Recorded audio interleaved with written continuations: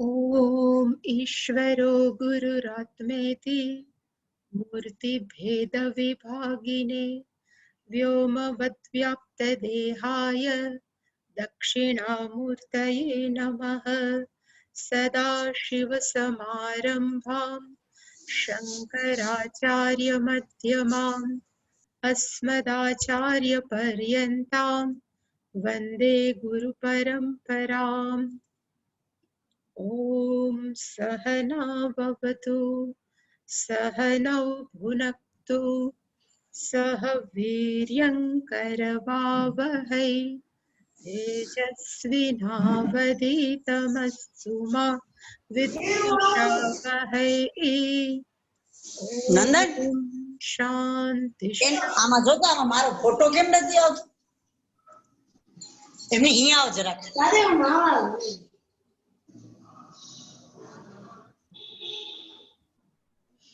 ॐ पार्थाय प्रतिबोधितां भगवता नारायणेन स्वयं व्यासेन ग्रथितां पुराणमुनिना मध्ये महाभारतम् अद्वैतामृतवर्षिणीं भगवतीम् अष्टादशाध्यायिनीम् अम्ब त्वामनुसन्दधामि भगवत् गीते भवद्वेषिणीम् यं ब्रह्मा वरुणेन्द्ररुद्रमरुतस्तुन्वन्ति दिव्यै स्तवैः वेदैः साङ्गपदक्रमोपनिषदैर्गायन्ति यं सामगाः ध्यानावस्थिततद्गतेन मनसा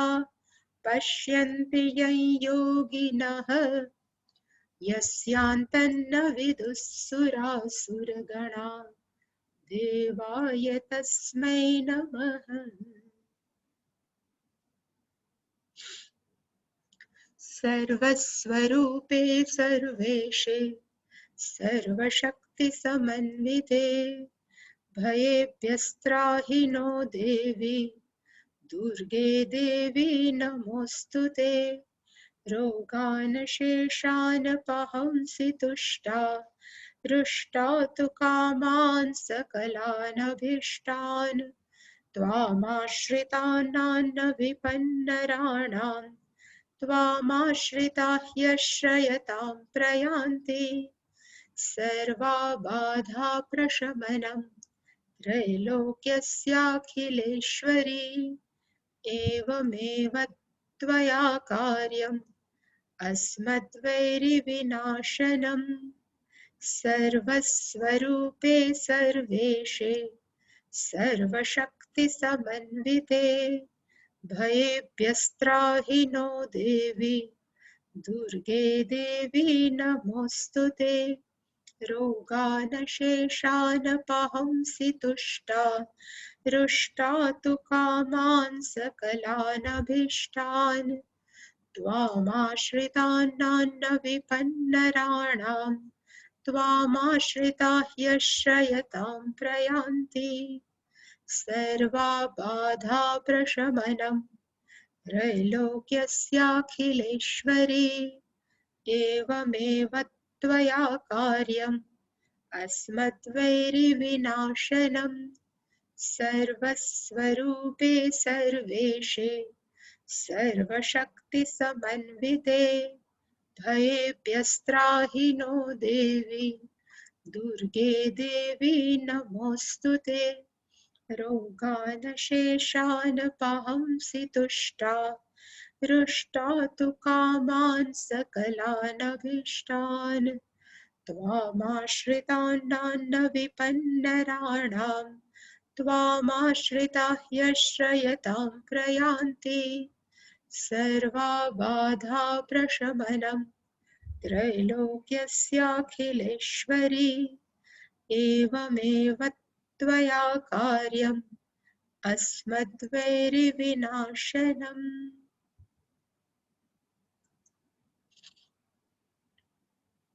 अथ षोडशोऽध्यायः।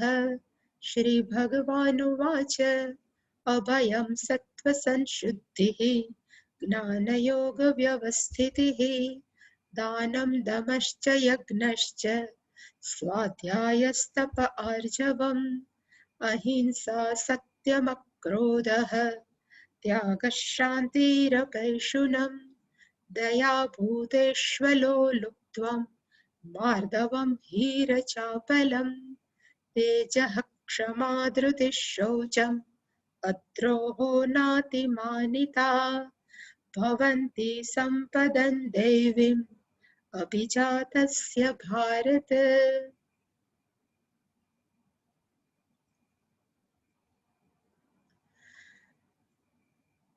ત્રણ પ્રકારની આંતરિક સંપત હોય છે એ આપણે શરૂઆતમાં જોયું. એકનું નામ છે રાક્ષસી સંપત, બીજાનું નામ છે આસુરી સંપત અને છેલ્લાનું નામ છે દૈવી સંપત. રાક્ષસી સંપત એને કહેવાય કે એવા વિચારો વાળા કે એવું અંતઃકરણ ધરાવતા વ્યક્તિઓને જીવનમાં સુખ જોઈએ છે, આનંદ જોઈએ છે, પણ એ આનંદ પ્રાપ્ત કરવા માટે અન્ય લોકોનું કે જીવોનું જે થાય જે ન જોવે, માત્ર પોતાનું જ સુખ જોયા કરે, એવા લોકોને કહેવાય રાક્ષસ સંપદ સ્વભાવ. અને રાક્ષસ સંપદનો અર્થ આપણે જોયો તો અસ્માત લોકાન રક્ષંતિ, જેનાથી માણસો પોતાનું રક્ષણ ઈચ્છે કે આ જો જીવનમાં આવશે કે આજુબાજુ આવશે તો આપણું શું થશે, એટલે કે પોતાને બચાવવા માટે માણસો જેનાથી આઘા જાય એને કહેવાય રાક્ષસ સંપત. આસુરી સંપત એને કહેવાય અસુષુ રમતે, જે વ્યક્તિઓ છે માત્ર ઇન્દ્રિયોને અને ઇન્દ્રિયોના વિષયોને ભોગવવામાં જ પોતાનું જીવન પસાર કરે. અસુષુ રમંતે એટલે કે સેન્સ ઓર્ગન એનો અર્થ થાય કે ઇન્દ્રિયો અને ઇન્દ્રિયોના વિષયો એને ભોગવવામાં જ જેને આનંદ છે. બીજાનું ખરાબ પણ ન ઈચ્છે, બીજાનું સારું પણ ન ઈચ્છે, બીજાનું જે થવું એ થાય, એને તકલીફ આપ્યા વગર હું જલસા કરી જાઉં, એવો જેને આનંદ કરવાનો સ્વભાવ છે એવા લોકોને કહેવાય અસુરઃ. અને છેલ્લા છે દૈવી સંપત. એ લોકોને પણ સુખ જ જોઈએ છે, પણ એ સુખ એ કેવી રીતે પ્રાપ્ત કરે છે તો કે બીજાને કેમ હું હેલ્પ કરી શકું, બીજાને હું મદદ કરવાથી જે અને આંતરિક આનંદ થાય, એવી સંપતને કહેવાય દૈવી સંપત.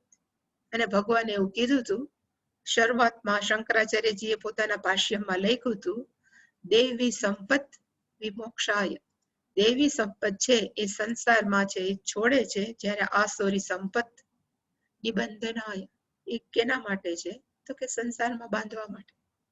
એટલું આપણે જોયું હતું. અને પેલા 3 શ્લોક છે, પેલો, બીજો અને ત્રીજો, એની અંદર દૈવી સંપતનું વર્ણન ભગવાન કરે છે. પેલાની અંદર જો તમને યાદ હોય તો આપણે 9 દૈવી સંપત જોઈ હતી. બીજા શ્લોકની અંદર ટોટલ 11 છે અને છેલ્લા ત્રીજા શ્લોકની અંદર 6 છે, એટલે ટોટલ 26 એટલે 26 દૈવી સ્વભાવ કે સંપત અથવા એને કહેવાય આંતરિક ગુણોનું ભગવાને 1 થી 3 શ્લોકની અંદર વર્ણન કર્યું છે. અભયમ જે દૈવી સંપત હોય એ વ્યક્તિ ક્યારે પણ પોતાના ધ્યેયમાંથી ચ્યુત ન થાય અને ડર્યા વગર આધ્યાત્મિક યાત્રા કર્યા કરે, એને કહેવાય અભયમ. સત્વ સંશુદ્ધિ નો અર્થ આપણે જોયો હતો કે જેનું અંતઃકરણ શુદ્ધ છે. સત્વ સંશુદ્ધિ જ્ઞાન યોગ વ્યવસ્થિતિ. જ્ઞાનનો અર્થ થાય આત્મા જ્ઞાનમ પ્રાપ્ત કરવું, એને કહેવાય જ્ઞાનમ. એ જ્ઞાનને પ્રાપ્ત કરી અને પોતાના બુદ્ધિથી સમજવું, એને ભગવાને અહીંયા યોગ કીધું. અને એ આત્મજ્ઞાનને પોતાના જીવનમાં ઉતારવું, એને કહેવાય વ્યવસ્થિતિ. નિષ્ઠા, જ્ઞાન નિષ્ઠાનો અર્થ થાય પોતાના જીવનમાં ઉતારવું, એને કહેવાય વ્યવસ્થિતિ. એટલે આ ત્રણેય એક જ ગુણમાં આવે, જ્ઞાન યોગ વ્યવસ્થિતિ. વ્યક્તિએ છે પોતાના જીવનની અંદર કંઈક ને કંઈક આપતું રહેવું જોઈએ. દાતવ્યમ ઇતિ યત દાનમ દીયતે અનુપકારીને. 17મા અધ્યાયમાં ભગવાન કહેશે મારે આપવું જ જોઈએ, એવું જે વિચારધારા છે એને કહેવાય સાત્વિકમ દાનમ. કે માણસો પાસે જે પણ કાંઈ છે એને હંમેશા વેચતું રહે અને એનાથી જેને આનંદ પ્રાપ્ત થાય એવી ક્વોલિટીની કહેવાય દૈવી સંપત્તિ. એમાં દાનમ, દમહ નો અર્થ આપણે જોયો હતો કે પોતાની ઇન્દ્રિયોને કાબુમાં રાખવી, એને કહેવાય દમહ. યજ્ઞ, શ્રૌત કર્મ અને સ્માર્ત કર્મ આપણે બે જોયા હતા. શ્રૌત કર્મની અંદર અગ્નિહોત્ર છે એને શ્રૌત યજ્ઞ, શ્રુતિમાં લખેલો યજ્ઞ કહેવાય. સ્માર્ત કર્મની અંદર ગીતા છે. ઇવન પંચ મહાયજ્ઞ છે એ બધાને યજ્ઞ કહેવામાં આવ્યા છે. સ્વાધ્યાય, ભણવું અને ભણાવવું, એનું એ જેને પોતાના જીવનમાં એક આદત પાડી છે એને કહેવાય સ્વાધ્યાય. આપણે જોયું હતું કે શાસ્ત્રસ્ય આવૃત્તિ, પેલા શબ્દ આવૃત્તિ અને પછી અર્થ આવૃત્તિ. પેલા શબ્દોને ગોખી નાખવાના અને પછી એ શબ્દોના અર્થને સમજવાના, એને કહેવાય સ્વાધ્યાય. તપઃ, શારીરિક સ્તરે, બીજું તપઃ છે એ વાચિક સ્તરે અને ત્રીજું તપઃ છે એ માનસિક સ્તરે. તપઃ ડિટેલ વધારે 17મા અધ્યાયમાં. આર્જવમ નો અર્થ આપણે જોયો તો જે વિચારે એ જ બોલે અને જે બોલે એ જ કરે. આ ત્રણેય એક લાઈનમાં હોય, અલાઇનમેન્ટમાં હોય, એને કહેવાય આર્જવમ. રુજોહો ભાવમ આર્જવમ. રુજુ કહેવાય ને કોમળ, આર્જવમ. અને માણસ રુજુ ને કોમળ ક્યારે હોય કે જ્યારે એની અંદર કોઈ ખૂણા ન હોય. ખૂણા હોય ને વાગે, ત્રિકોણ હોય ખૂણા વાગે, પણ જે ગોળ હોય ક્યારે ન વાગે. એવી રીતે માણસ વિચારે કાંઈક ને બોલે કાંઈક તો એની અંદર ક્યાંક ને ક્યાંક તો ખૂણા ઉત્પન્ન થાય જ. એ ખૂણા પછી વાગે, એટલે કે આર્જવમ નો અર્થ થાય કોમળ ત્રણેય સ્તરે, માનસિક, વાચિક અને કાયિક. આ આપણે જોયા હતા 9 ગુણો.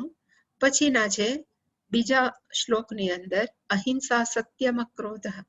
આપણે અહિંસા જોયું હતું અને સત્યમ સુધી આપણે પહોંચ્યા હતા.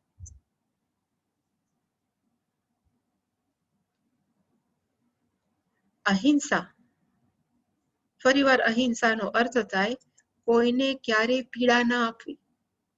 પછી મનુષ્ય હોય કે અન્ય પ્રાણી હોય, એને જીવનમાં ક્યારે પણ તકલીફ થાય એવું જે ના કરે, એવા સ્વભાવને કહેવાય અહિંસા.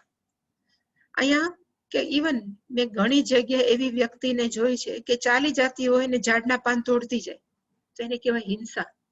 કારણ વગરના પાન તોડે. આપણે કઈ કામ છે તો કે ના પાન તોડ્યા કરે. એટલે અને અમુક છે એ કીડી કે મકોડા બિચારા જાતા હોય કારણ વગર માર્યા કરે, હિંસા. અન્ય પ્રાણીઓની એવું કોઈ વિચારે નહીં, બધા કેમ આનંદમાં રહેવું છે વિચારે, એને કહેવાય અહિંસા. એટલે કે 3 સ્તરે, ફરીવાર કાયિકમ, વાચિકમ અને માનસમ સ્તરે જે ક્યારે પણ કોઈને તકલીફ ન પહોંચાડે એને કહેવાય અહિંસા. વિશ્વામિત્ર અને વશિષ્ઠ નું યુદ્ધ, કે એ લોકો વચ્ચે કેવા ઝઘડા હતા એ વાર્તાની આપણને જાણ છે જ, એની ડિટેલમાં જવાની જરૂર નથી. પણ જ્યારે વિશ્વામિત્ર એ કામધેનુ, એ જે નંદી, જે ગાય હતી, એને લેવા માટે થઈને રાજામાંથી બ્રાહ્મણ થયા. બ્રાહ્મણ થઈને એને બહુ તપ કર્યું. તપ કરવામાં ઘણા વિઘ્નો આવ્યા અને એ બધાનું કારણ એ કોને માનતા હતા તો કે વશિષ્ઠને.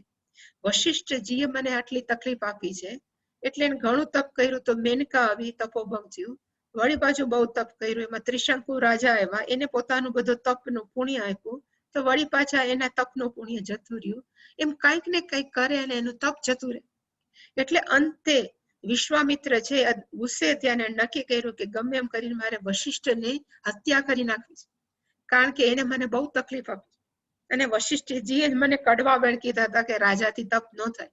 મેં આટલું બધું કર્યું છતાં પણ હજી હું કહેવાય ને કે બ્રહ્મર્ષિનું બિરુદ મને નથી આપ્યું દેવતાઓએ, એવું વિચારી અને જ્યારે એ વશિષ્ઠ ઋષિની હત્યા કરવા માટે વિશ્વામિત્રજી ગયા, ત્યારે વશિષ્ઠ અરુંધતી છે એ રાતે બેઠા બેઠા વાત કરતા એકાંતમાં. અને વાતની અંદર અરુંધતીજીએ પૂછ્યું કે અત્યારે વર્તમાન જગતની અંદર સૌથી શ્રેષ્ઠ તપસ્વી કોણ છે, એવું વશિષ્ઠજીને અરુંધતીજીએ પૂછ્યું. એટલે વશિષ્ઠજીએ કીધું કે અત્યારના જમાનામાં વિશ્વામિત્ર જેવું કોઈ તપસ્વી નથી. એ જેટલા તપ કરે છે એવું તપ સામાન્ય માણસોથી શક્ય જ નથી. ઇઝ એ ગ્રેટ તપસ્વી, સૌથી શ્રેષ્ઠ એક તપસ્વી છે. એવું જ્યારે, અને પછી એના બહુ વખાણ કર્યા કે આના જેવું માણસ કોઈ ન થાય.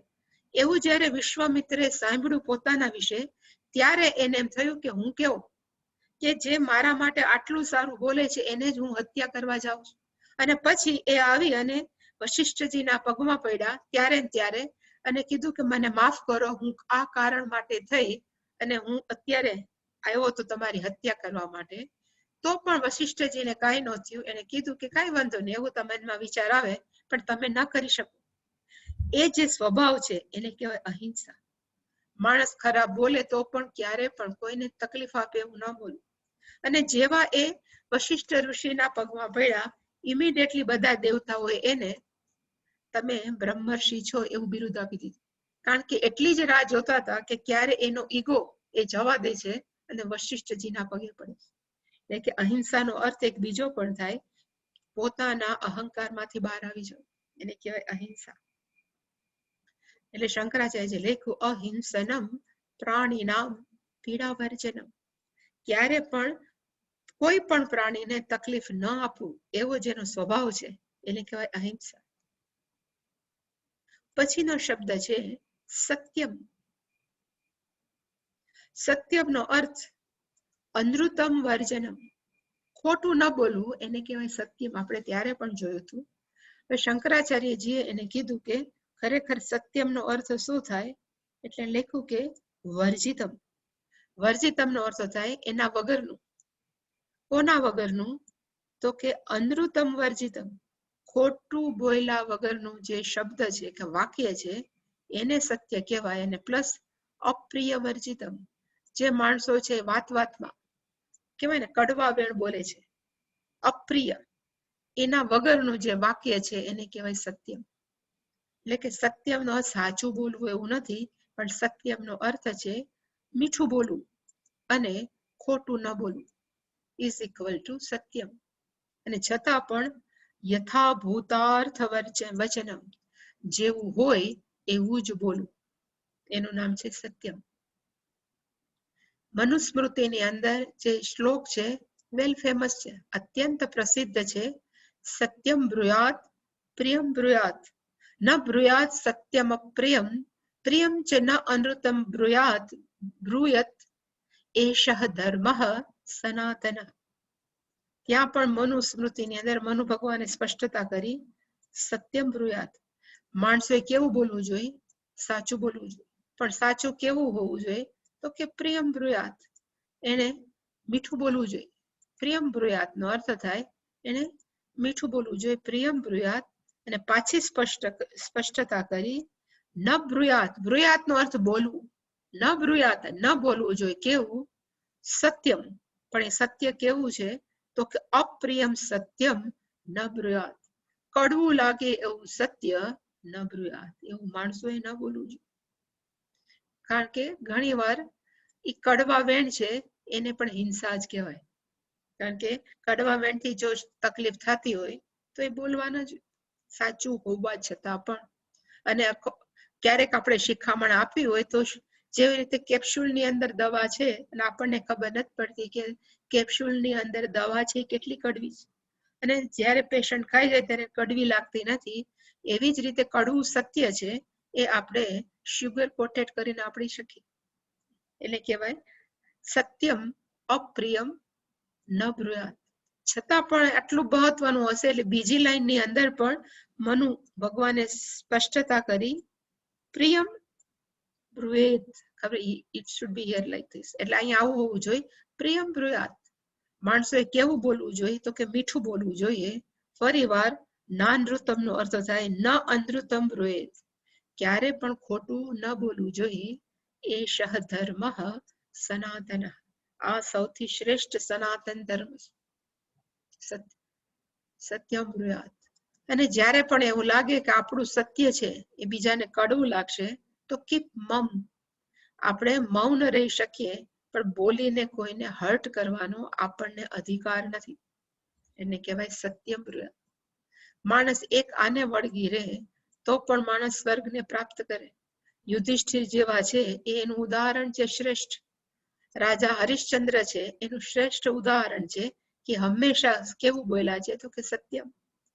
એટલે જ મહાભારતના યુદ્ધની અંદર અશ્વત્થામા હતઃ એવું જ્યારે ભીમે અશ્વત્થામા નામનો હાથી મારી નાખ્યો અને પછી ખાલી એમ બોલવા માંડ્યો કે અશ્વત્થામા હણાયો, અશ્વત્થામા હણાયો, એટલે દ્રોણના પુત્ર છે, આચાર્ય દ્રોણના પુત્ર છે અશ્વત્થામા.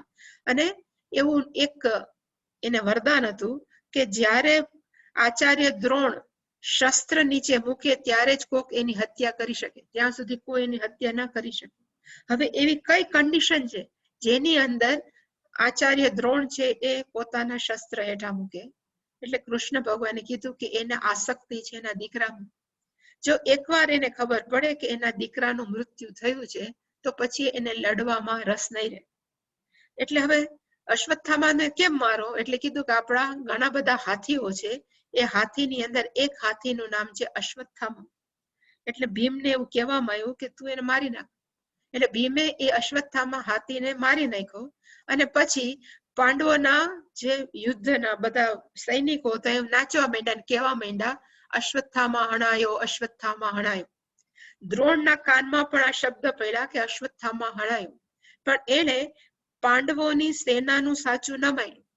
એને થયું કે એક જ વ્યક્તિ સાચું બોલે છે, મારે એને જઈને પૂછવું છે. એટલે એને યુધિષ્ઠિરને જઈને પૂછ્યું કે અશ્વત્થામા હણાયો?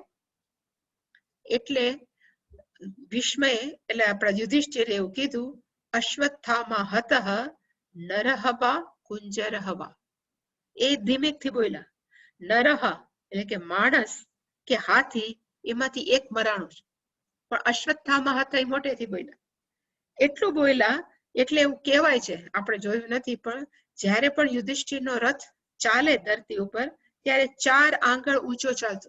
એટલી એનામાં એક હતી ને કેપેસિટી હતી કે એના સત્યના બળને લીધે એનો રથ ઊંચો ચાલતો. જ્યારે એને આ વાક્ય એક જ બોલ્યા ત્યારે એ રથ છે એ જમીન ઉપર આવી ગયો. ભલે ખોટું નથી બોલ્યા છતાં પણ નરહવા કુંજરમાં એ ધીમેકથી બોલ્યા જ, પણ દ્રોણને તો ખોટો મેસેજ ગયો અને પછી એને હથિયાર નીચે મૂકી દીધા અને પછી એની હત્યા થઈ. એટલે કે સત્યમ બ્રુયાત પ્રિયમ બ્રુયાત. સત્ય છે એ હંમેશા બોલવું જોઈએ, પણ સાથે સાથે એ હંમેશા પ્રિય હોવું જોઈએ. પછીનો શબ્દ છે અક્રોધ. ગુસ્સે ન થવું જોઈએ. અને ક્રોધની વ્યાખ્યા કઈ? એટલે શંકરાચાર્યજીએ લખ્યું પરેહી નો અર્થ થાય બીજા વડે. આકૃષ્ટસ્ય એકદમ ગુસ્સે થયા હોય. અભિહતસ્ય એને આપણને માર્યા હોય. ગુસ્સે થઈને કોઈ આપણને જ્યારે માર્યા હોય કે આપણને તાડન આપણને તકલીફ આપી હોય. પ્રાપ્તસ્ય ક્રોધસ્ય એટલે આપણા મનની અંદર ગુસ્સો તો આવે ને, કારણ વગર આપણને કોઈક ઝાપટ મારી જાય, કારણ વગર આપણને કોઈક મારી જાય.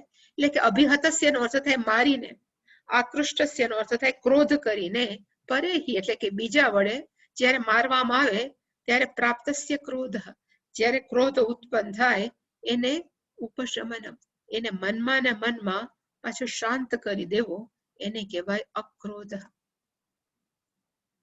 એટલે ખરેખર ક્રોધ શું છે જ્યારે પૂછવામાં આવે ત્યારે ક્રોધ છે એ આપણા મનની અંદર જે વસેલો છે એનું નામ છે કે ઇમોશનલ પેઇન. આપણી અંદર જે લાગણીનું દુઃખ છે એ હંમેશા વ્યક્ત કેવી રીતે થાય તો કે ક્રોધથી. ઘરની અંદર તમે ઘણીવાર માર્ક કર્યું હશે કે આખું સંયુક્ત કુટુંબ હોય. સંયુક્ત કુટુંબની અંદર નાના બાળકો પણ હોય, એની મમ્મી પણ હોય. હવે જે નાના બાળકોના જે માતા છે, સંયુક્ત દેરાણી જેઠાણી, પછી સાસુ હોય, ઇવન બીજા સાસુ હોય. હવે બિચારી જે બાળકોની માં છે એ ઘણીવાર છે એ પોતાનું ધારેલું ન થાય ઘરની અંદર, એટલે એને ગુસ્સો આવે. હવે એ ગુસ્સો છે એ વ્યક્ત ક્યાં કરે? એટલે મોટા ભાગે ગુસ્સો છે કોના પર વ્યક્ત થાય તો કે છોકરા ઉપર. અને એ બાળકને મારે. એ બાળકને મારે છે શું કામ? તો કે એનું અંદરનું દુઃખ છે બીજે ક્યાંય વ્યક્ત ના કરી શકે. એટલે ગુસ્સો એ અંદરનું દુઃખ છે એ કયા સ્વરૂપે બહાર આવે તો કે ગુસ્સાના સ્વરૂપ. એટલે કે ખરેખર ગુસ્સો છે એ લાગણીના સ્તરે રહેલું દુઃખ છે, પણ એ લાગણીના સ્તરે રહેલું દુઃખ છે એ હંમેશા બાર ક્રોધના સ્વરૂપે જ અભિવ્યક્ત થાય. અને અહીંયા મેં લખ્યું છે કે એ એક આપણી માનસિક સ્થિતિ છે. ક્રોધ છે એ આપણી માનસિક સ્થિતિ છે. જ્યારે આપણું દુઃખ આપણે હેન્ડલ ન કરી શકીએ ત્યારે કાં આપણે ચીસું પાડીએ કાં કોકને મારીએ, એ જ સ્વરૂપે જ્યારે પ્રગટ થાય ત્યારે એને કહેવાય ક્રોધ. બે વસ્તુ છે કે એક શારીરિક પીડા હોય, શારીરિક પીડા હોય ને ત્યારે પણ આપણને દુઃખ થાય, શરીર દુખે જ ને, એટલે આપણે ડોક્ટર પાસે જઈને કમ્પ્લેન કરીએ. એટલે એક છે ફિઝિકલ પેઇન,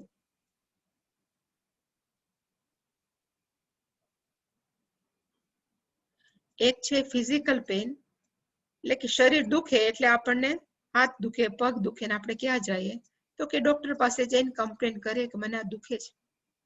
એવી જ રીતે એક છે ઇમોશનલ પેઇન. ઇમોશનલ પેઇન નો અર્થ થાય લાગણીના સ્તરે રહેલું દુઃખ. હવે એ દુઃખ આપણને કેવી રીતે બહાર અભિવ્યક્ત થાય તો કે ક્રોધથી. પણ એ આપણને ક્રોધને આપણે એમ કહેવા મળે કે આ મારો સ્વભાવ છે. ખરેખર આપણો સ્વભાવ ક્યારેક ક્રોધનો ન જ હોય. માણસ જ્યારે બહુ ગુસ્સે હોય ત્યારે માનવું કે અંદર રહેલું ઇમોશનલ પેઇન છે એ વધારે. જેમ માણસ વધારે ગુસ્સો કરે એમ એની અંદરની તકલીફ વધારે. એટલે મેં લખ્યું છે કે શારીરિક પીડા આપણને બતાવે છે કે સ્થૂળ શરીરની અંદર તકલીફ છે. એવી જ રીતે ક્રોધ છે એ આપણને બતાવે છે કે મનની અંદર તકલીફ છે. એટલા માટે then it comes out. હવે એ ક્રોધને શાંત અક્રોધ થવું હોય તો આપણે ખરેખર શું કરવું પડે તો કે આપણે આપણી જાતની અંદર, એટલે આપણી અંદર જે પણ તકલીફો છે એને સ્વીકારવી જ રહી. જે ઇમોશનલ પેઇન છે એ આપણે અંદર જે રહેલું છે એને બીજા કોઈ સોલ આઉટ ન કરે, પ્રોસેસ ઇટ આઉટ ન કરે, આપણે જ કરવા. એને કેવી રીતે તો કે એક્સેપ્ટ ઇટ. જે પણ જૂના દુઃખો છે જે આપણને તકલીફ આપે છે એ જે જૂના દુઃખો છે એને પ્રેમથી સ્વીકારી લે. જે પણ થયું વોટ એવર આપણા જીવનમાં થયું એ સારું જ થયું હશે, કારણ કે ભગવાનની એવી ઈચ્છા હશે કે વોટ એવર. એવું સતત આપણે આપણા મનને કીધા કરીએ ત્યારે જ એ મનના તકલીફો છે શાંત થાય. તકલીફો શાંત થાય એટલે ક્રોધ શાંત થાય. માણસ કેવો બને તો કે પ્રસન્ન બને.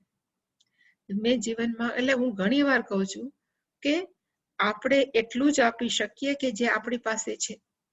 બેંકમાં જઈને આપણે એમ કહીએ કે મને 1 કરોડનો ચેક આપો મારા ખાતામાંથી, તો કેશિયર છે કેટલું આપી શકે કે આપણા ખાતામાં જો 1000, 10,000 કે વોટ એવર લાખ હોય એટલા જ આપી શકે.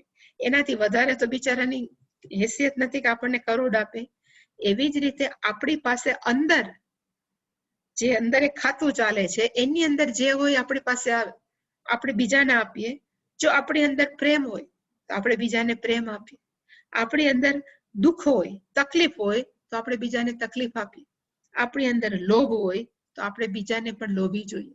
એટલે કે વોટ એવર વી હેવ એવું જ આપણે બહાર જોઈએ. એવી જ રીતે ક્રોધનું પણ કેવું છે તો કે આંતરિક દુઃખ એ હંમેશા વ્યક્ત કેમ થાય તો કે ક્રોધના સ્વરૂપે. અને માણસોએ કેવું રહેવું જોઈએ તો કે અક્રોધ. ગુસ્સો અત્યંત ખરાબ છે, બીજા માટે નહીં, પણ જે ક્રોધી છે એ વ્યક્તિ માટે જ. બીજાને તો જે થવું એ થાય, પણ તકલીફ હંમેશા કોને પડે? જે ગુસ્સે થાય. હંમેશા કહું કે જ્યારે આપણે કોલસો સળગતો લઈને બીજા ઉપર ફેંકીએ તો પહેલી તકલીફ કોને થાય તો કે જેને હાથમાં પકડ્યો હોય દાજી જાય. એવી જ રીતે આ બધા શબ્દો ગુસ્સે થઈને બોલીએ એ તકલીફ પહેલા કોને હોય તો કે હૃદયમાં. પછી બહાર ફેંકેલો જે ગુસ્સો છે કેટલો સ્વીકારવો છે તો બીજાના હાથમાં છે. એટલે કે અક્રોધ. પછીનો શબ્દ છે ત્યાગ.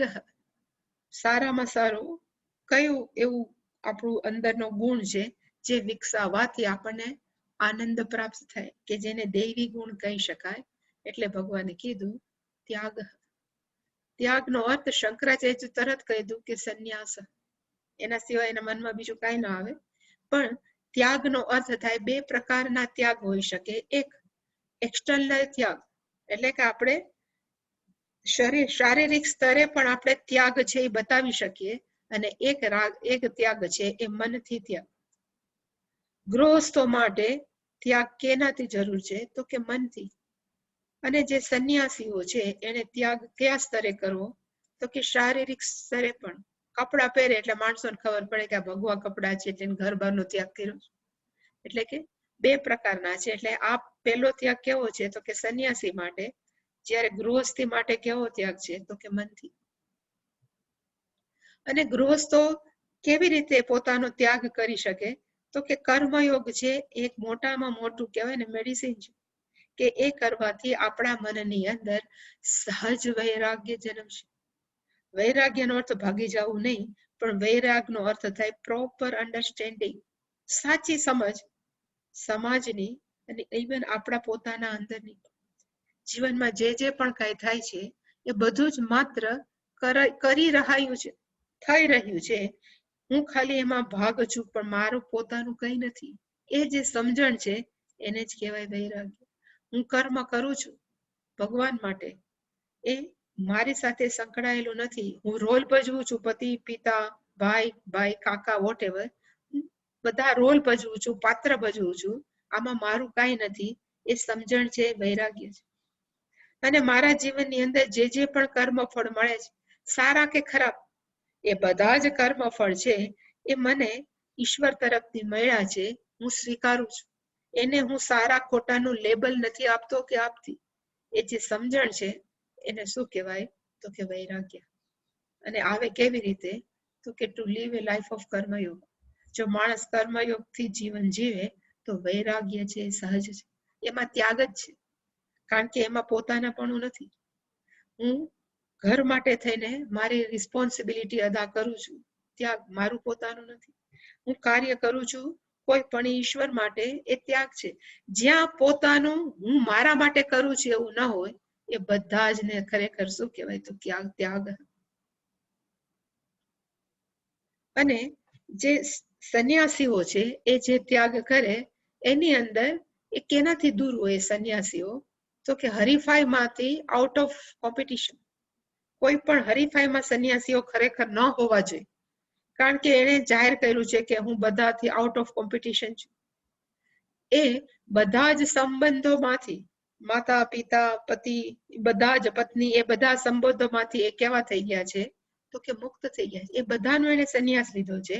અને ઇવન રિસ્પોન્સિબિલિટીઝ, બધી જ જવાબદારીઓ, as a father, mother, whatever, એ બધી જ જવાબદારીઓમાંથી, કે નોકરીમાં કમાવાનું છે, બધી જ જવાબદારી, રિલેશનશિપ, અને ઇવન હરીફાઈમાંથી આ સાચા કપડાવાળા સંન્યાસીએ શું લીધો? તો કે સંન્યાસ. એને કહેવાય ત્યાગ. એવી જ રીતે આ બધા ગૃહસ્થીઓ છે એને પણ યોગ્ય કહેવાય ને કે એટીટ્યુડ, એટલે કે આપણો લગાવ છે, એટીટ્યુડ છે, પરિસ્થિતિનો કેમ સામનો કરવો, રિલેશનશિપને આપણે કેમ જાળવી રાખવી, આપણી ફરજોને, આપણી જવાબદારીઓને આપણે કેવી રીતે અદા કરવી, ક્યાં એટીટ્યુડ, એ જે સમજણ છે એ સમજણને ખરેખર શું કહેવાય? તો કે ત્યાગ. ગમે એ જગ્યાએ એક જ વસ્તુ જરૂરી છે, અને કઈ? તો કે માત્ર ત્યાગ. એટલે આપણે જે સંન્યાસીને રિસીવ કરવા જાય છે ને, ત્યારે આખું બોલે છે, એમાં છે ત્યાગે ને કે અમૃતત્વમાં શું પરેણ નાકન નિહિતં ગુહાયા. એનો અર્થ છે એકેન ત્યાગેન, માત્ર ત્યાગ વડે જ અમૃતત્વ. માણસોને મોક્ષ પ્રાપ્ત કરવો હોય તો શેનાથી થાય? તો કે ત્યાગથી. કા ઇન્ટરનલ ત્યાગ અને કા એક્સટર્નલ ને ઇન્ટરનલ બંને ત્યાગ. સંન્યાસીઓ માટે એક્સટર્નલ ને ઇન્ટરનલ બંને છે. શરીરની સ્તરે પણ ત્યાગ છે, મનના સ્તરે પણ ત્યાગ છે. જ્યારે ગૃહસ્થીના જીવનની અંદર મનના સ્તરે ત્યાગ છે, શરીરના સ્તરે નથી. એટલે કીધું કે ત્યાગે ને કે અમૃતત્વમાં શું. જેટલું છૂટી શકે એટલા આપણે આનંદિત. ઇવન 5મા અધ્યાયનો સર્વ કર્માણી મનસા સંન્યસ્ય આસ્તે સુખમ વશી. 5મા અધ્યાયમાં પણ ભગવાને કીધું કે જે વ્યક્તિ છે સર્વ કર્માણી સંન્યસ્ય, માણસો છે બધા કર્મનો ત્યાગ કરે, પણ કેવી રીતે? મનસા, થ્રુ માઇન્ડ. શરીરથી કઈ છોડવાની જરૂર નથી. તો એ વ્યક્તિ કેવી હશે? સુખમાં હશે. કેવું હશે? તો કે આનંદથી આ શરીરની અંદર બેઠો હશે. એને ક્યાંય કોઈ પણ પ્રકારનો પ્રોબ્લેમ ન થાય. સુખમ નશી. અને છેલ્લે તેન ત્યક્તેન ભુંજિતાહ મા ગૃધ કસ્ય સિદ્ધન.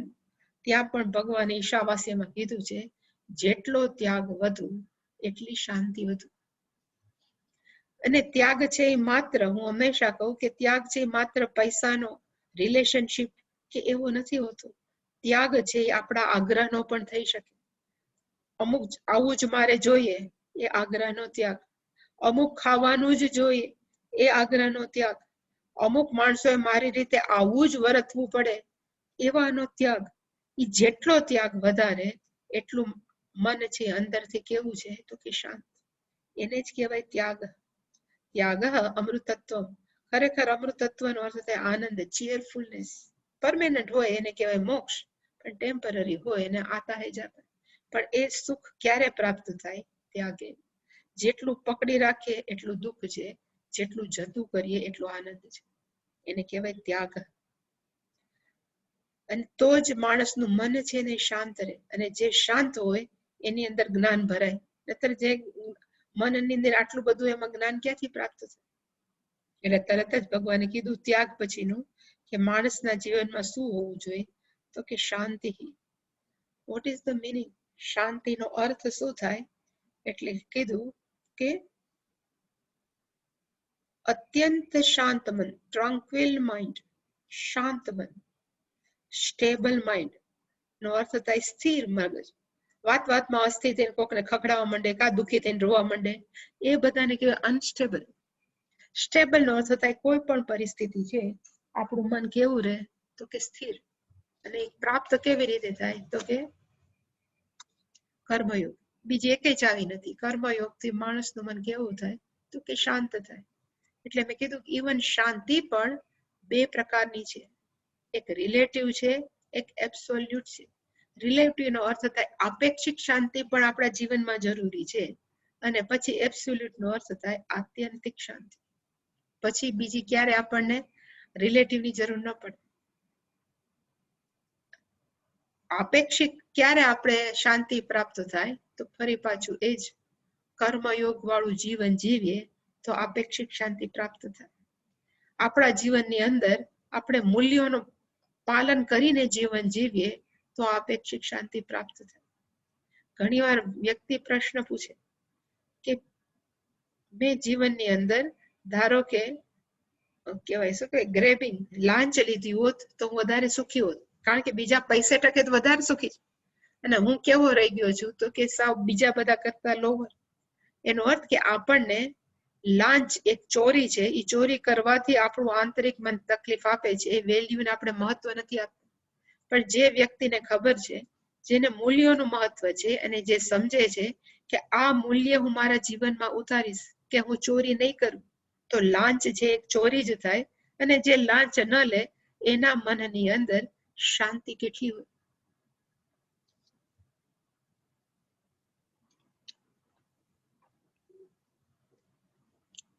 એક સ્ટોરી છે, એ જાણીતી છે, આઈ થિંક મેં કીધી હશે કે નહીં, પણ હું ઘણી વાર મેન્શન કરું છું.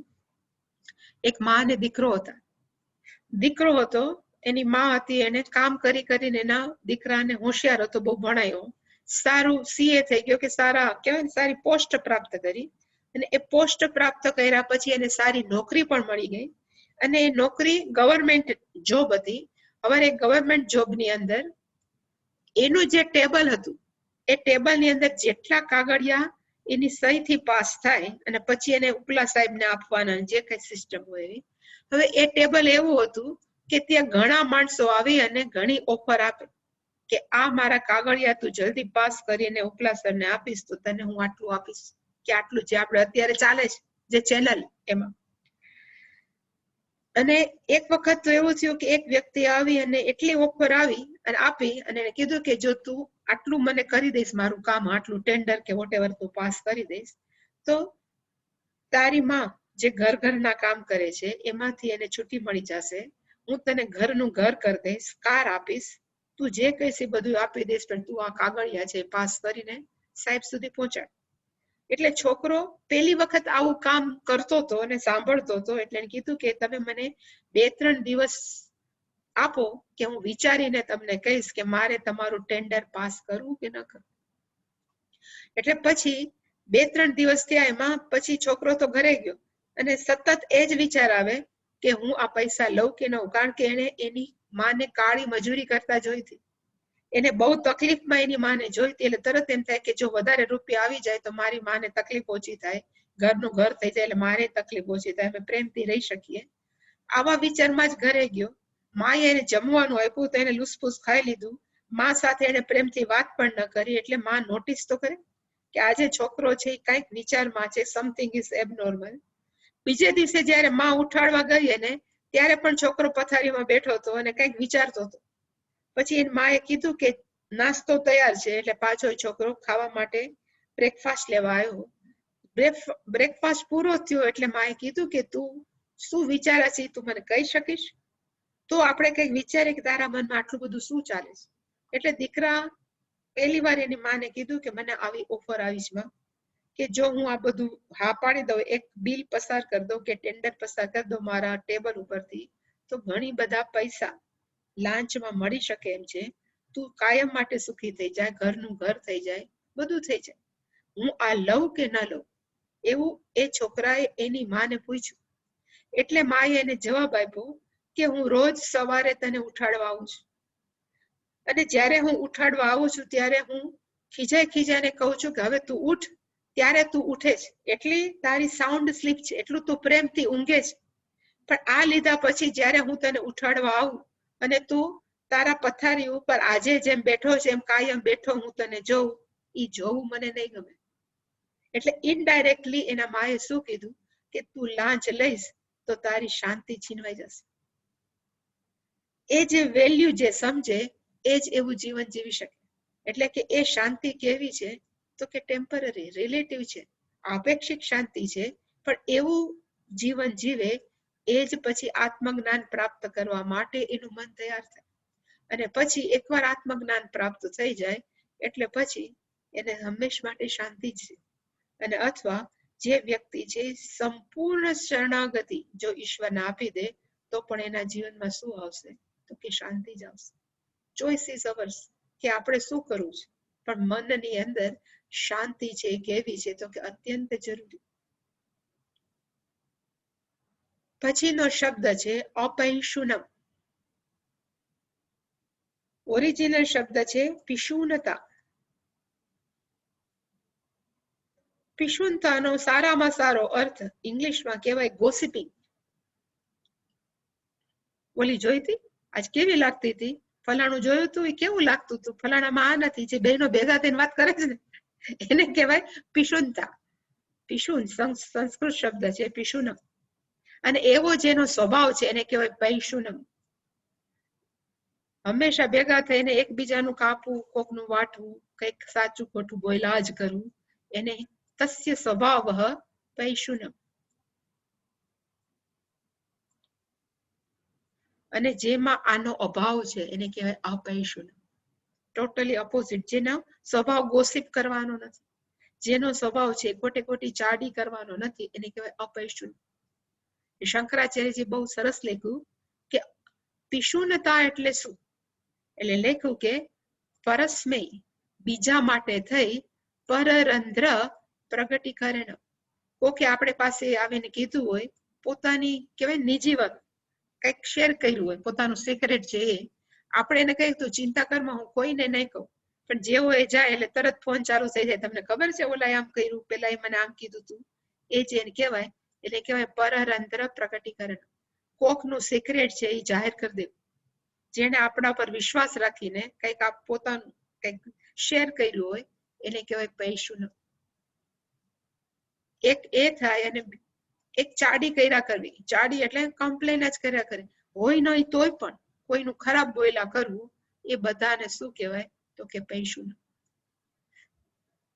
જેનામાં આ સદંતર અભાવ છે જે વ્યક્તિના માનસની અંદર, એવા વ્યક્તિના માનસને કહેવાય અપૈશુનમ. અને મોટા ભાગે માણસો ભેગા થાય, ખાસ કરીને પાર્ટી હોય, લગ્ન હોય, આપણે પોતાના સગાની ન હોય, માણસો નિરાતે બેઠા જ હોય. બેઠા બેઠા માણસો શું કરતા હોય, ઇન જનરલ પાર્ટી હોય એમાં કે ઓલામાં આવું સારું દેખાય છે, આમાં સારું નથી દેખાતું, આનું વર્તન છે બરાબર જો ને કેવી ચાલે છે, કેવો ચાલે છે, કેવું ખાય છે, ને કે કરે છે, એ બધું જ જે માણસો ઓબ્ઝર્વેશન કર્યા કરે ને એકબીજા સાથે કરી અને બીજાને કહેવાય ને ઉડાડે, એ બધા સ્વભાવને કહેવાય પૈશુનમ. અને જેનામાં આ ન હોય એને કહેવાય અપૈશુનમ. એટલે મેં લખ્યું કે સિમ્પલ અને સારો અર્થ પૈશુનમ નો અર્થ થાય ગોસિપિંગ.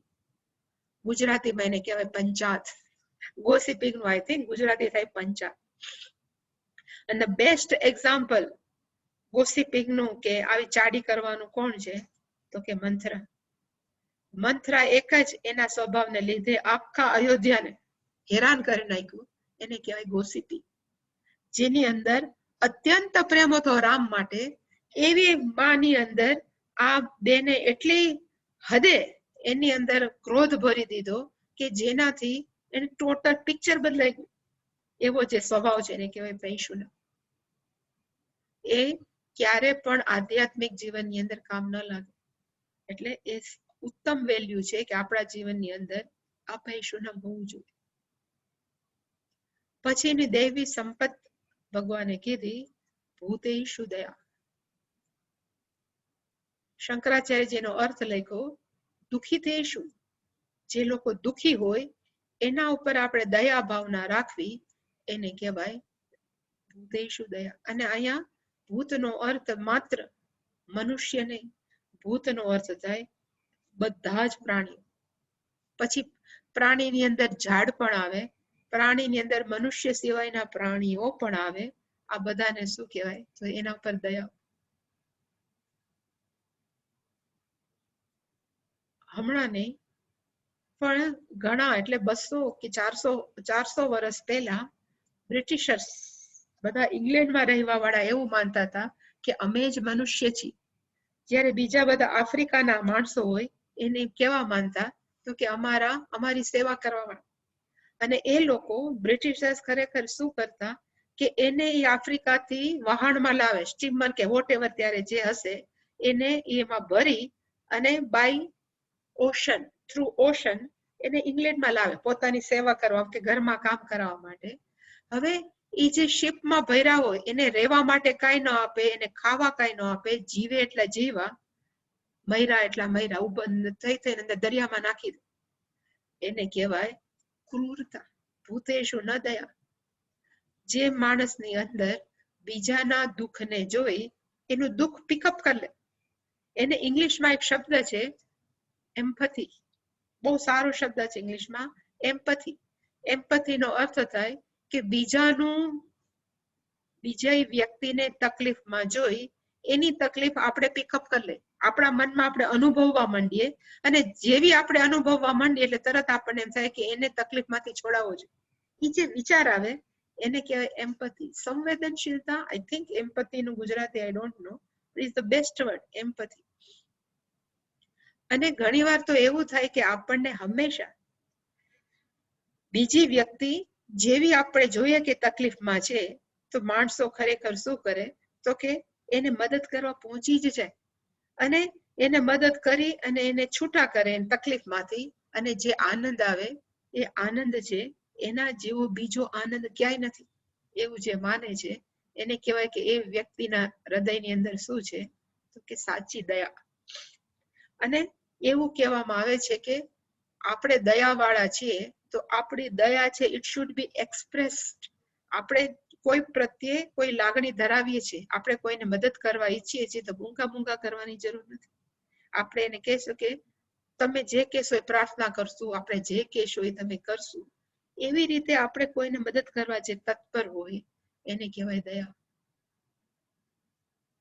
અને ઘણીવાર તો એવું છે કે આપણી પ્રાર્થનાની અંદર પણ આપણે દયાળુ છીએ, ખાસ કરીને વી ઇન્ડિયન્સ, આપણે બધા જ ભારતીયો દયાળુ છે એ હંમેશા છલકાય. આપણે કોઈ પણ પ્રાર્થના કરીએ ત્યારે એમ નથી કહેતા તમે મને સુખી કરો. આપણે હંમેશા કેવી રીતે બોલીએ છીએ, તો કે સર્વે ભવંતુ સુખીના. બધા જ વ્યક્તિઓ છે એ કેવા થાય, તો કે સુખી થાય. સર્વે સંતુ નિરામયા. બધા જ વ્યક્તિઓ કેવા થાય, આમયાનો અર્થ થાય દુઃખ, નિરામયાનો અર્થ થાય રોગ. એટલે કે કોઈ પણ રોગ વગર ના થાય, બધા સ્વસ્થ રહે. આમય એક શબ્દ છે. આમય નો અર્થ થાય ડિઝીઝ, રોગ. નિરામય નો અર્થ થાય કોઈ પણ રોગ વગરના બધી જ વ્યક્તિઓ. તો કે બીજા બધા માટે તમે શું કામ માંગો છો? એમ ધારો કે કોક પૂછે તો આપણે કહીએ કે બીજા આનંદમાં હોય તો જ હું આનંદમાં રહીશ. એવો પેલા ભારતીયનો સ્વભાવ હતો. અત્યારે મનુષ્યનો સ્વભાવ કેવો થઈ ગયો છે? હું સ્વસ્થ રહું, બીજાને જે થવું હોય. અત્યારે તો કોવિડ તો એવું થઈ ગયું છે કે ગમે એટલું આપણને બીજા ઉપર દયા હોય તોય ના પડે કે તમારે જવાની જરૂર નથી. એવું આ કોરોના એટલે COVID-19 છે. પણ આપણી હંમેશા પ્રાર્થના કેવી રહેતી? તો કે બધા જ સુખી થાવ અને બધા જ રોગ મુક્ત રહે, નિરામયા. રામકૃષ્ણ પરમહંસ એવી વ્યક્તિ હતા કે કોઈને તકલીફમાં જોઈ એની તકલીફ છે પોતે અજાણતા જ લઈ લેતા. એક વખત રામકૃષ્ણ પરમહંસ છે એ એક ગંગાને કાંઠે ક્રોસ કરવા માટે હોડીમાં બેઠા, કારણ કે બીજા કિનારા ઉપર જવું હતું. ત્યારે બિફોર સિટિંગ, એ જયારે નૌકામાં બેસવા જતા હતા ત્યારે એક અવાજ સાંભળ્યો. અવાજ સાંભળીને એ તરફ એને જયારે જોયું ત્યારે 3-4 માણસો છે એક વ્યક્તિને મારતા હતા, ચાબુકે કે સોટીથી મારતા હતા. એ રામકૃષ્ણ પરમહંસે જોયું અને એ નૌકામાં બેસી ગયા. અને નૌકા જયારે અધ વચ્ચે પહોંચી ત્યારે રામકૃષ્ણ પરમહંસ બોલવા માંડ્યા, બચાવો બચાવો, મને વાગે છે, મને તકલીફ થાય છે. એટલે એના ભેગા જે રામકૃષ્ણ પરમહંસ હતા એને કીધું કે અહીંયા કોણ છે? પછી એને જયારે એનો પાછળ વાંસો જોયો તેમાં 16 ઉઠ્યા હતા. પણ એ શું કામ ઉઠ્યા હતા? કે પેલા માણસોનું દુઃખ છે એ રામકૃષ્ણ પરમહંસથી અજાણતા લેવાય છે. એ જે છે એને કહેવાય એમ્પથી. એ મનુષ્યનો અત્યંત સંવેદનશીલ સ્વભાવ હોવો જ જોઈએ, બીજા પ્રત્યે પ્રેમ ભાવના. અને ઇવન ઝાડ, નાના નાના કોઈ પણ પ્રાણી છે, પક્ષી છે, કોઈ પણ, એને કહેવાય ભૂતેષુ દયા.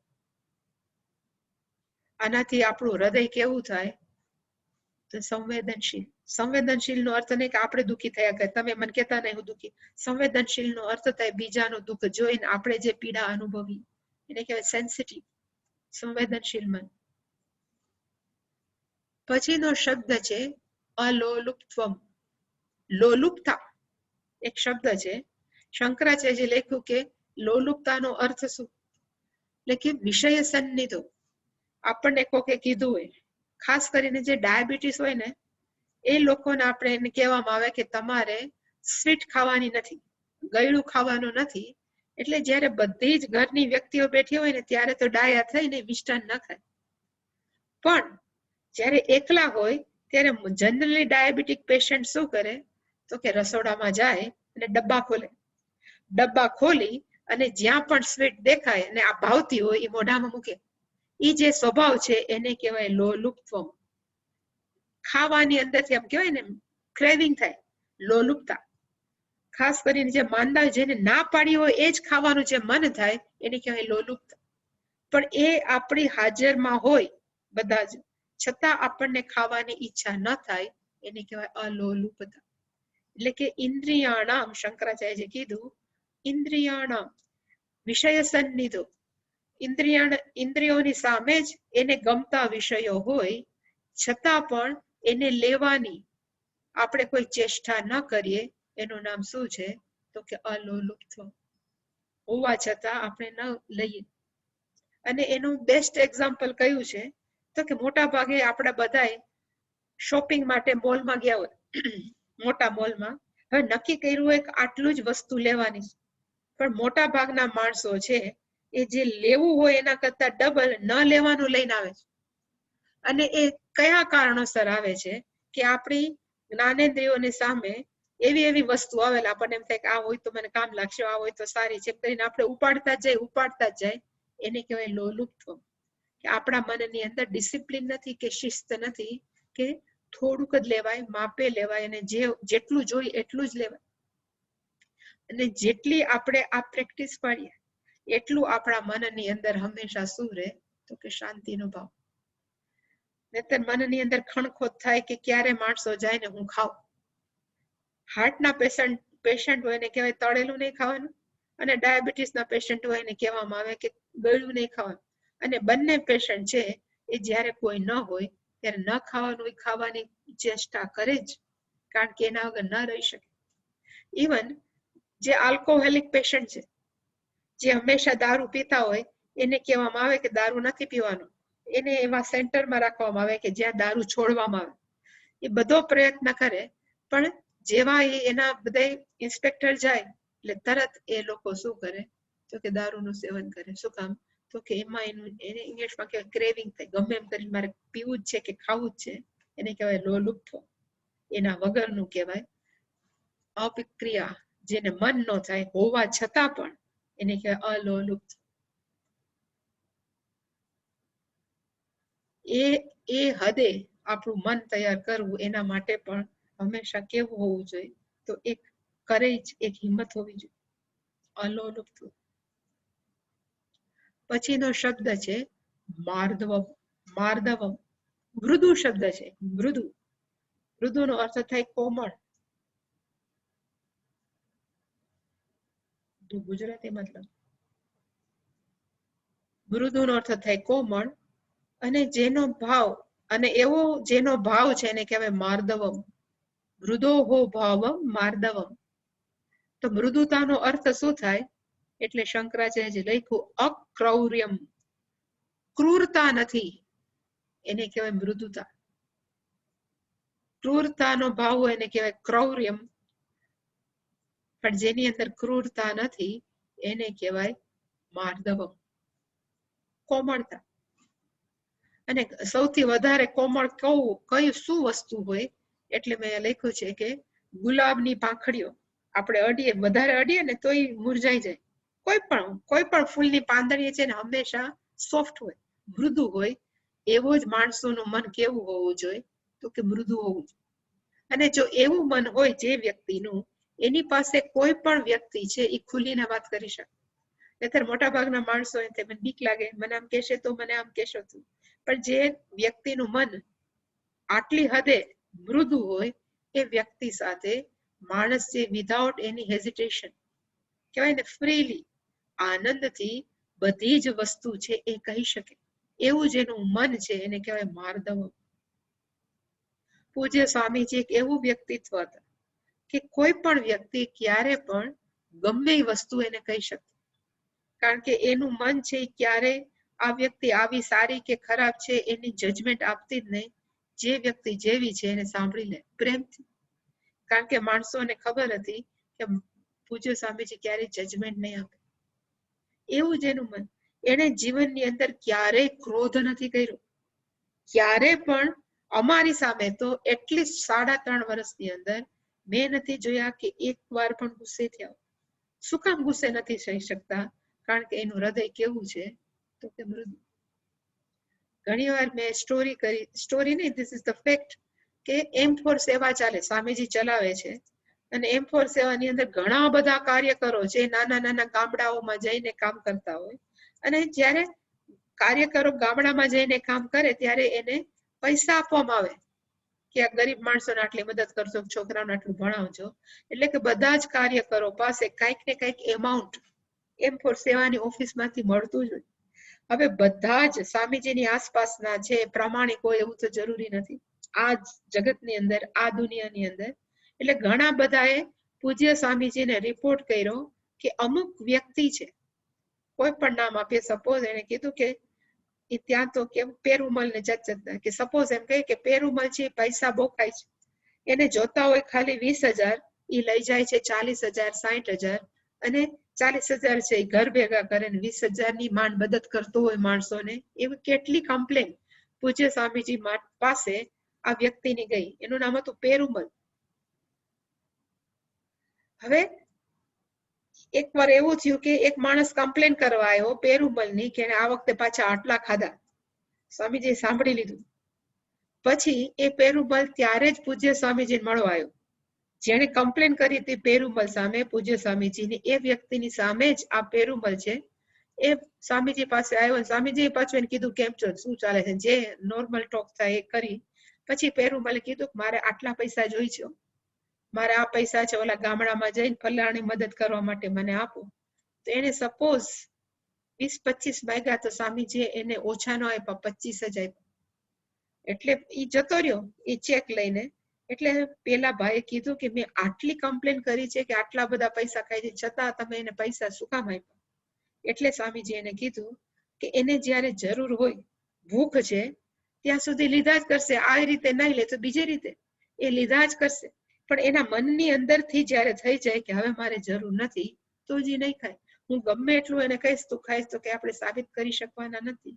એના કરતા એનું પેટ ભરાય ત્યાં સુધી એને ખાવા દો, પછી એની મેળે જે ના પાડશે. એવું જે મનની સ્થિતિ છે એને કહેવાય મૃદુતા. છતાં પણ એ પેરુમલ ઉપર ગુસ્સે ન થયા. આને કહેવાય માર્દવ, મૃદુતા. ક્યારે પણ કોઈને પણ બોલવાથી તકલીફ ન આપે. ક્રૂઅલ નો અર્થ થાય ક્રૂર ન થાય, જેવા છે એવા માણસો સાથે પ્રેમથી બોલે, એને કહેવાય માર્દવ. રીહી ચાપલમ, હજી એક છે એ આપણે આવતીકાલે જોશું. કોઈને કઈ પ્રશ્ન? હા ભાઈ. માતાજી, આપણે ત્યાગના સંદર્ભમાં આગ્રહનો ઉપયોગ કર્યો કે આગ્રહ નો રાખવો.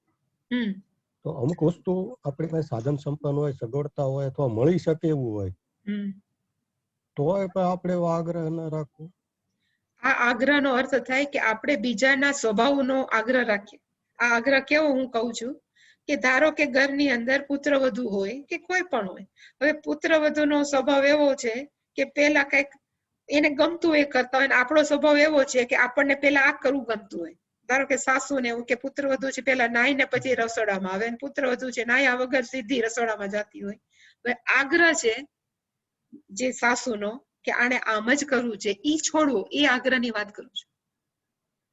મનમાં રહેલા આગ્રહને કે મને જે ગમે એવું જ બીજાએ કરવું જોઈએ, એ જે એક આગ્રહ છે આપણા મનની અંદર, એવું જ માણસે બીજું વર્તન કરવું જોઈએ, એ છોડી દેવા. કે આપણું ધાર્યું ક્યારે થતું નથી, તો એના કરતા બેટર છોડી દો.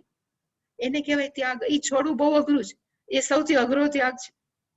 ક્યારેક રોજ તો ઘરમાં રહેતા હોય ત્યારે એ ત્યાગને છોડવાની વાત કરી છે. બીજા આગ્રહ તો મારા મનમાં નથી. તમે ક્યાં કયો છો એ પૈસા હોય ને કયો આગ્રહ? તમે કયો સાધન સગવડતા હોય તો આપણે એનો ઉપયોગ કરી શકાય ને. હા હા, એ તો કરાય ને, એમાં શું જરૂર? એસી હોય તો આપણે એસી નો ત્યાગની જરૂર નથી. ઉનાળો હોય તો આપણે શું કામ એસી ન કરીએ? Use it. આ આગ્રહ એવો ખાલી આ બીજા ઉપર આપણે પોતાની માન્યતા ઠોકી બેસાડી, એ આગ્રહ જતો કરો, એને હું કહું છું આગ્રહ જતો. એને ત્યાગ કરવાનો નહીં, ફિઝિકલ વસ્તુનો નહીં, માનસિક વસ્તુનો ત્યાગની જરૂર છે. બીજું કોઈને કઈ પૂછવાનું? હરિઓમ. હરિઓમ. હા બોલો, કઈ પૂછવાનું? ના, પૂછવાનું નથી. એક વાત કહેવાની છે કે મારો બાબો છે 25 વર્ષનો, એને પણ આ સત્સંગમાં રસ બહુ પડ્યો છે, તો એનું નામ એડ કરજો. હા, મેં જો એટલે જ મેં એ લિંક છે ને, હા હા, એ આપણા ગ્રુપમાં છે, મેં મુકાવે છે, તો એને કેજો એના લેપટોપ કે જે મોબાઈલમાં ડાઉનલોડ કરી શકાય. હા હા, એ મારી સાથે ઘણી વાર સાંભળતો હોય. હા, તો એને રસ પડ્યો છે થોડો. હા, તો બહુ જ સારું, ઉત્તમ. જેટલા યુવાનો આવે ને આમાં, મને વધારે ગમે. હા, બસ એટલે જ પૂછતો હતો કે મમ્મી, મેં કીધું હું માને વાત કરીશ. હા, તો ઇઝ ધ બેસ્ટ, મને બહુ ગમશે. હા હા, સરસ. તો એ લિંક આપી દેજો તમારા ઓલામાંથી, લઈ ગ્રુપમાંથી. એટલે ક્યાંક બહુ આગળ છે, નકર મોકલજો તો. ના ના, આજે જે મુકાણી છે હમણાં જ, તમે જોજો. હા અચ્છા, હા હા, તો આપ મોકલી દઈશ. આમાં હા, હરિઓમ ખુશડી ગ્રુપમાં છે ને એસટી ગ્રુપમાં પણ છે, બેયમાં છે. હા હા. ઓમ પૂર્ણમદ પૂર્ણમિદં પૂર્ણાત પૂર્ણમુદચ્યતે પૂર્ણસ્ય પૂર્ણમાદાય પૂર્ણમેવાવશિષ્યતે. ઓમ શાંતિ શાંતિ શાંતિ. હરિ ઓમ શ્રી ગુરુભ્યો નમઃ. હરિ ઓમ.